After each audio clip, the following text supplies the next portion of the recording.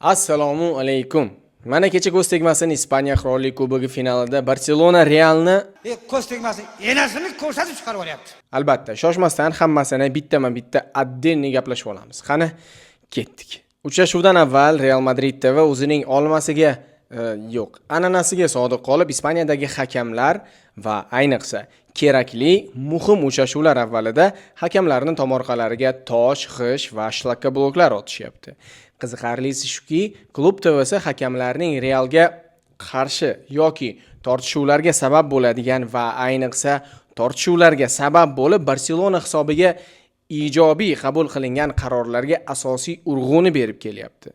Sezib ulgurganingizdek, finaldan avval esa xuddi o'sha Real Madrid TV uchrashuv bosh hakamini e'tiborsiz qo'ymadi.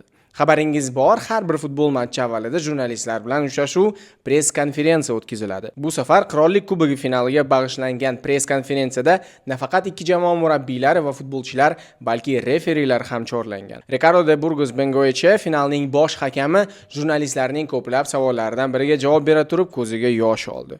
Ricardo akaning aytishicha, farzandining maktabdan ko'zlari yoshga jiqqa to'la kelsa, maktabda tengqurlari unga seni otang o'g'ri deyishsa oson emas ekan. Mening qo'limdan kelgani farzandimga tarbiya berayotib, uning otasi vijdonli insonligini va lekin har bir kishi va sportchidek xatolarga yo'l qo'yishi mumkinligini tushuntirishdir.